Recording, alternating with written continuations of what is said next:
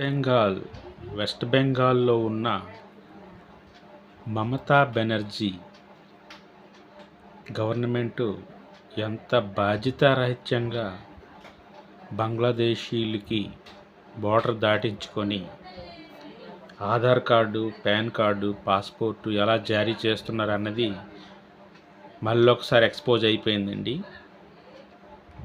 West బెంగాల్లో పూర్బస్థలి అనే ఒక ఏరియాలో ఒక చెరువులో ఎవరో మాఫియా గ్యాంగు దొరికిపోయిన మూమెంట్లో కొన్ని వేల కొలది ఆధార్ కార్డులు చెరువులో బస్తాల కొలది విసిరేశారండి. అందులో మ్యాక్సిమం బంగ్లాదేశ్ పేర్లే ఉన్నాయి, బంగ్లాదేశ్ నుంచి వచ్చిన వాళ్ళ పేర్లే ఉన్నాయి. జాకిర్ హుస్సేన్, అమిరుల్ హక్ ఇలాంటి ముస్లిం పేర్లతో ఉన్నటువంటి వేల కొలది పూర్బస్థలి అనే ఏరియా అండి వెస్ట్ బెంగాల్లో ఒక చెరువులో విసిరేశారండి.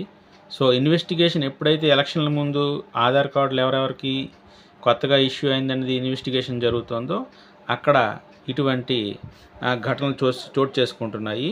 మొత్తం కొన్ని వేల కొలది ఆధార్ కార్డులు ఆ చెరువులో బయటపడ్డాయండి. దాని మీద ఇప్పుడు ఇన్వెస్టిగేషన్ జరుగుతుంది. యూట్యూబ్లో కూడా, ఇన్స్టాగ్రామ్లో ఆ వీడియో చాలా వైరల్ అవుతుందండి. మమతా గవర్నమెంట్ ఎంత దిగజారుడు పని చేస్తుందంటే బయట ఉన్న టెర్రరిస్టులను లోపలికి పిలిచి వారి ఓట్ల ఇది కోసం, ఓట్ల మద్దతు కోసం విదేశీయులను బయటికి లోపల రప్పించి వాళ్ళకి Aadhaar card, PAN card, ration card, passport ఇప్పించే దరిద్రమైన చర్య అండి ఇది. భారతదేశం ఇంకా దరిద్రంలోకి వెళ్ళిపోయే చర్య అండి ఇది. దీన్ని అందరూ ఖండించాలి, అన్ని గవర్నమెంట్స్ ఖండించాలి.